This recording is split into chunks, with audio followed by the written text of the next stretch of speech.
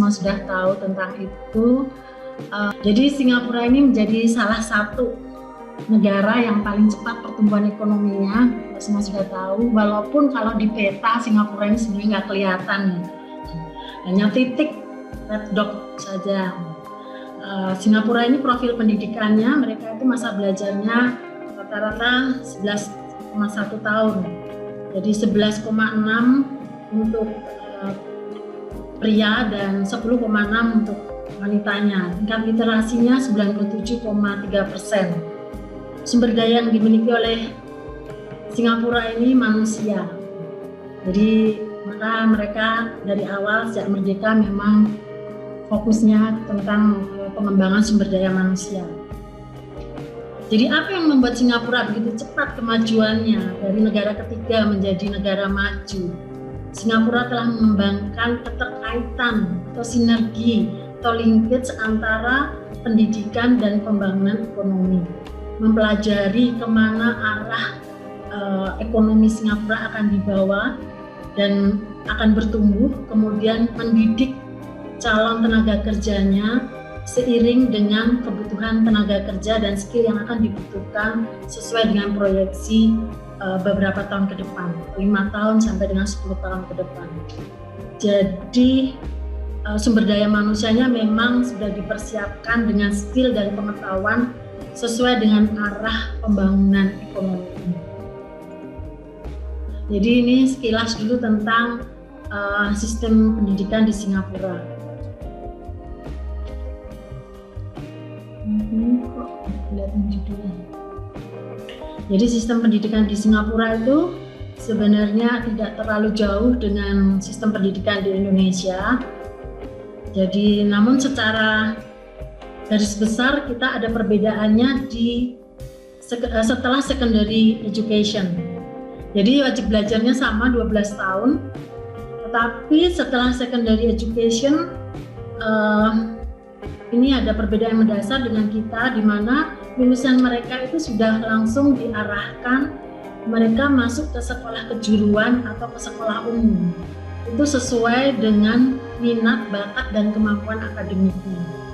Jadi lulusan secondary school itu atau SMP ya kalau di Indonesia itu sekitar 25% itu masuk ke ITE, 40% masuk ke Politeknik, 30% masuk ke Junior College. Dan 5% ini masuk ke lainnya ini misalnya Millennia Institute. Millennia Institute itu sekolah seni.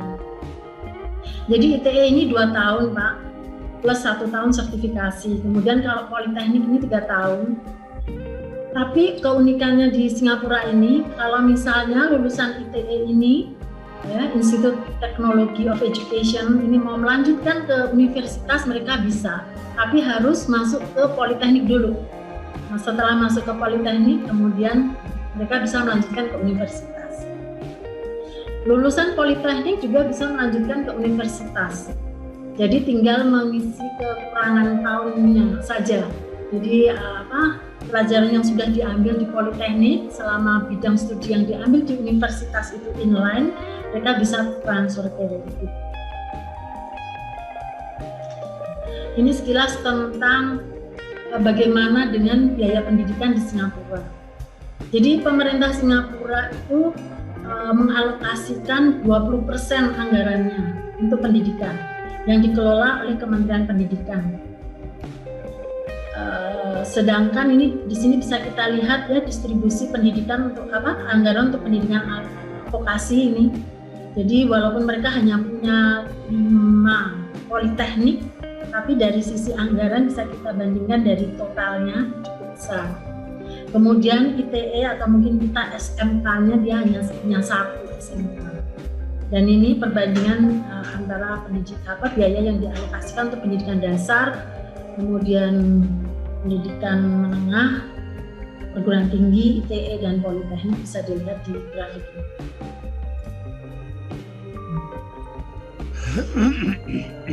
Dengan anggaran 20% untuk pendidikan dan dilihat dari outcomes pendidikan Singapura, maka berdasarkan penilaian hasil PISA Science Subject Score yang dilakukan oleh OECD, Singapura termasuk negara yang memiliki good outcome for education spending. Jadi dengan ranking di atas Jepang, Finlandia, Hong Kong, Korea, dan beberapa negara lain yang bagus hasil PISA-nya. Sementara alokasi anggarannya dia tidak yang sebesar yang dikeluarkan oleh Jepang, Hong Kong, dan lain-lain. Kebijakan pemerintah Singapura untuk anggaran pendidikan tahun 2020 itu memberikan support kepada setiap warga negara, ya, student dapat mengembangkan diri sesuai dengan potensi yang dimiliki tanpa kendala kondisi ekonomi. Jadi kesulitan pembiayaan bagi masyarakat Singapura itu, bagi masyarakat berpendapatan rendah itu tidak menjadi masalah karena sudah akan diatasi dalam anggaran pendidikan itu. Apalagi bagi mereka yang terdampak COVID. Seperti tadi telah saya singgung di awal presentasi saya bahwa desain pendidikan di Singapura ini ditentukan atau sejalan dengan kemana arah pembangunan ekonomi Singapura.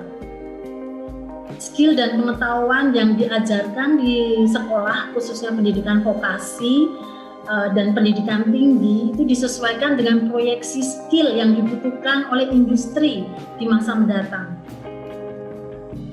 Jadi pendidikannya itu seiring, ya, selangkah untuk mempersiapkan kebutuhan negara di masa mendatang dalam mengembangkan ekonomi.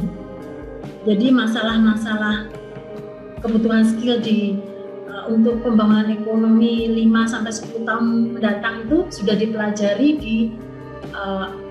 di politeknik atau ITE atau perguruan tinggi. Saat ini Singapura berupaya untuk menjadi global scientific hub dan digital ekonomi.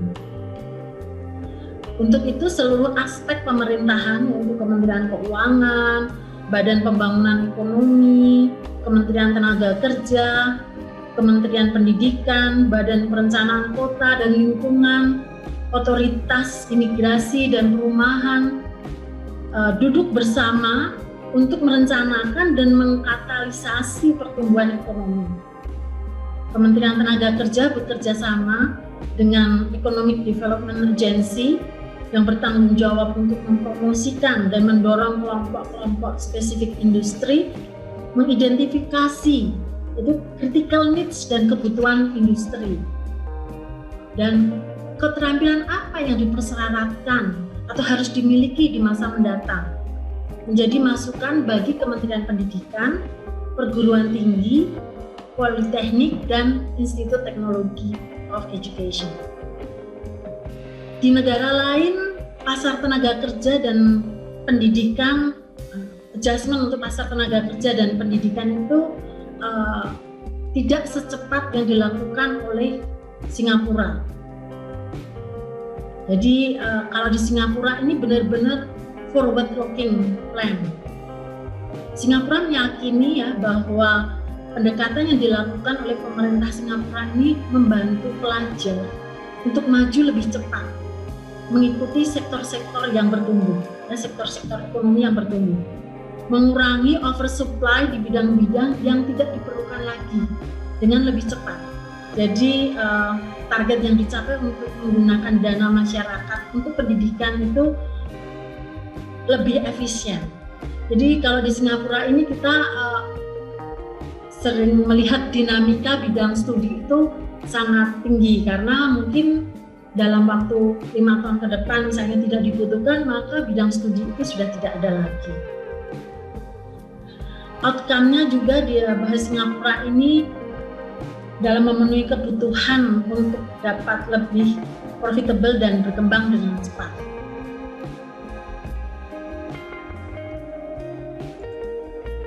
Ini bisa kita lihat di Singapura ini ada 5 politeknik dan 1 Institut Technology of Education.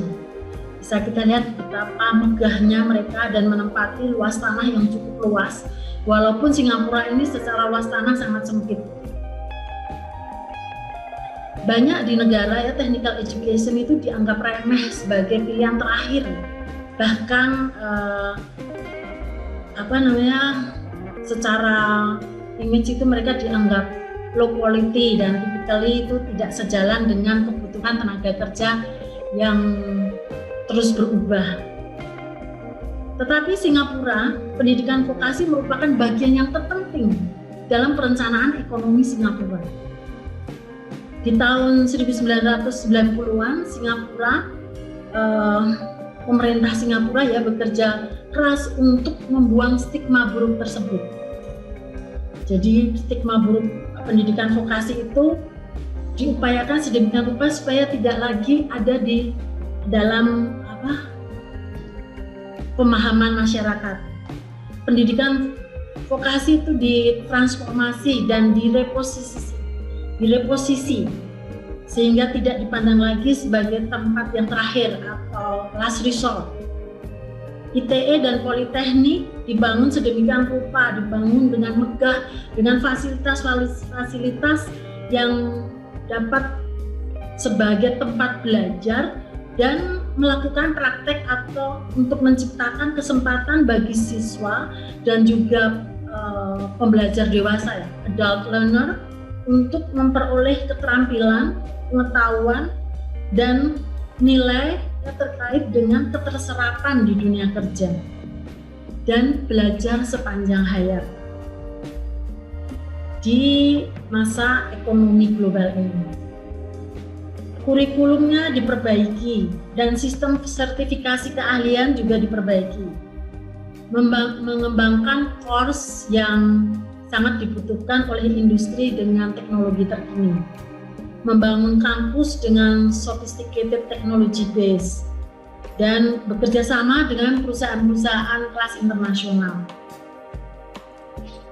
Apa yang membuat pendidikan vokasi berbeda di Singapura ini? Itu unik unique experience in manpower development, kemudian deep engagement with industry dan teaching factory concept. Ini pendidikan vokasi dalam unique experience in power development. Jadi sebelum tahun 1990 ini pendidikan vokasi yang tadi dianggap masih sama last resort dengan kemampuan akademik yang rendah. Tetapi sejak tahun 90 ketika sudah pemerintah Singapura mulai melakukan image branding.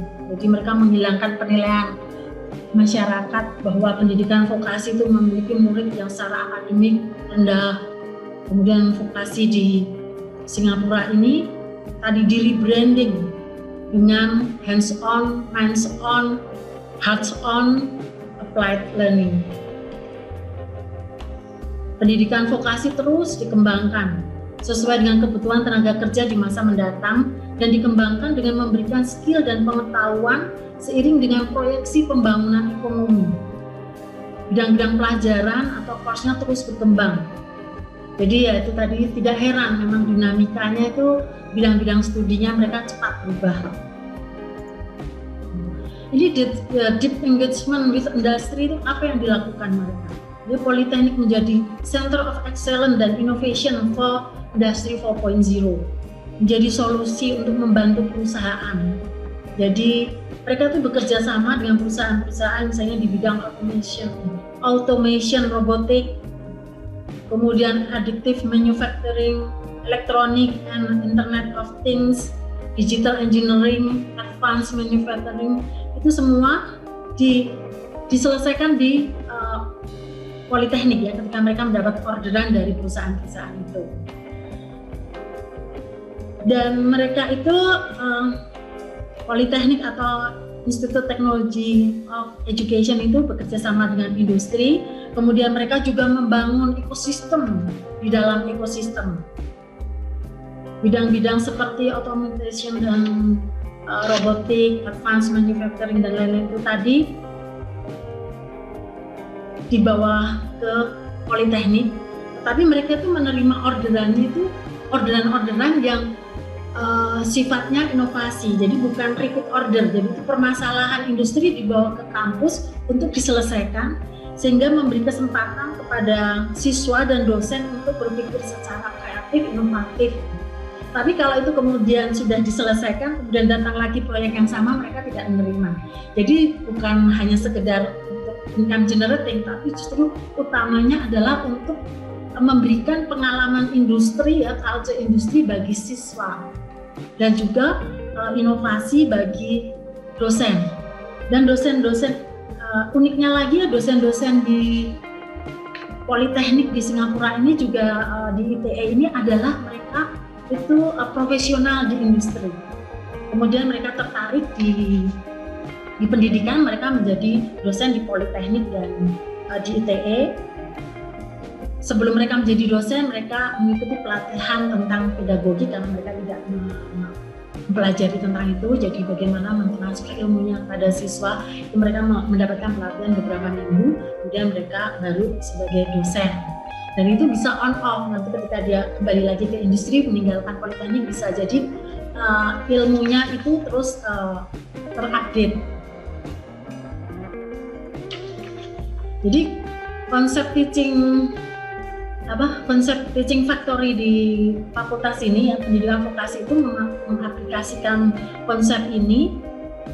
Mereka terinspirasi dari dual sistemnya Jerman yang tapi sudah dimodifikasi dan disesuaikan dengan kondisi sosial, budaya, politik, dan ekonomi Singapura. Jadi secara singkat saya ilustrasikan bahwa teaching factory yang diterapkan di Singapura itu dengan membawa permasalahan perusahaan atau permasalahan industri untuk diselesaikan solusinya di kampus. Para siswa mendapatkan pengalaman dalam berinovasi, berkreasi, menyelesaikan proyek baru perusahaan di kampus dengan bimbingan guru yang mereka notabene adalah para profesional di industri. Ini milestone pendidikan vokasi dan continuing education training di Singapura. Jadi ini sebenarnya dari paparan ini saya ingin menunjukkan bahwa tema pengembangan pendidikan vokasi di Singapura itu benar-benar berdampak kepada perekonomian mereka. Jadi pada tahun 1980-an sampai 90-an itu tema mereka adalah skilling up industry, labor skills, upgrading and improving productivity. Jadi langkah vokasi itu diarahkan bagaimana pendidikan vokasi itu mampu meningkatkan produktivitas industri, meningkatkan keterampilan tenaga kerja. Dan ini bisa dilihat dari GDP-nya. GDP-nya di tahun 1980 itu 25.000 sekian mil juta. Kemudian tahun 1990 mereka sudah mengalami kenaikan yang signifikan. Jadi memang temanya ini sesuai dengan proyeksi 10 tahun ke depan bagaimana ekonomi Singapura akan dibangun. Kemudian pada tahun 2000-an sampai dengan 2010-an atau bahkan 2020 sekarang ini, mereka juga terus berkembang, yaitu dengan building knowledge driven economy. Jadi tahun 2000-an ke atas itu pendidikan vokasinya diarahkan ke tema ini, building knowledge driven economy, di mana pembangunan ekonominya itu tergantung dari pengetahuan, informasi, dan high skill level. Dan kita bisa lihat dari GDP-nya juga. Kita bisa lihat dari GDP-nya juga yang meningkat begitu pesat sesuai dengan proyeksi yang mereka telah tentukan. Nah, ini tahun 2020 GDP-nya sekian, walaupun ya sebenarnya dalam kondisi COVID ini mereka kan mengalami kontraksi sekitar 5,8. Namun tetap tinggi karena memang ya orang kaya yang mau diapain lagi, tabungannya juga banyak. Jadi walaupun minus mengalami penurunan, mereka secara kesejahteraan rakyatnya, ya kebutuhan-kebutuhan yang dibutuhkan rakyatnya di masa sulit bagi rakyatnya, mereka tetap bisa mendapatkan subsidi, ya. Jadi bagaimana perusahaan-perusahaan itu supaya jangan sampai memecat karyawannya. Kemudian juga diperhatikan juga skill-skill di masa COVID itu kan tentu tidak bisa lagi seleluasa dulu bertatap muka. Jadi di Singapura ini ya ada juga yang peningkatan skillnya itu melalui skill future. Jadi warga Singapura ini dalam era digital nanti ke depannya dan sekarang juga tentunya itu kan tentu ada pekerjaan-pekerjaan yang bakal hilang ya, yang akan digantikan oleh teknologi. Menghadapi situasi seperti itu, tenaga kerjanya sudah dipersiapkan dengan diberikan keterampilan ketika nanti pekerjaan dia diambil alih oleh teknologi. Jadi mereka tidak ada kekhawatiran akan pengangguran karena sudah antisipasi lebih dulu. Jadi misalnya kalau dulu masih perlu menjaga pintu tol, misalnya seperti itu. Sekarang kan di Singapura ini nggak ada tol lagi, semuanya sudah serba digital, cukup pasang kartu di mobil udah jalan langsung sendiri semua. Nah, tapi mereka tidak kehilangan pekerjaan, hanya beralih profesi karena sudah ada pekerjaan yang lain dan dia sudah diberi bekal skillnya untuk mengantisipasi ketika pekerjaannya itu diambil alih oleh teknologi. Ini sekilas tentang Singapore Education and Training Landscape ya. Jadi bahwa pendidikan vokasi itu diajarkan di technical education sama di politeknik. Yang merah-merah ini di bawah kewenangan Kementerian Pendidikan. Kalau yang ungu ini di bawah kewenangan Kementerian Tenaga Kerja. Kalau yang biru ini dia di bawah industri ya, jadi industri itu juga perusahaan-perusahaan juga kan melakukan pelatihan-pelatihan bagi tenaga kerjanya atau bagi calon tenaga kerja melalui program magang. Ini semua inline dengan proyeksi ke depan kebutuhan skill dari tenaga kerja yang dibutuhkan oleh Singapura untuk menopang ekonominya.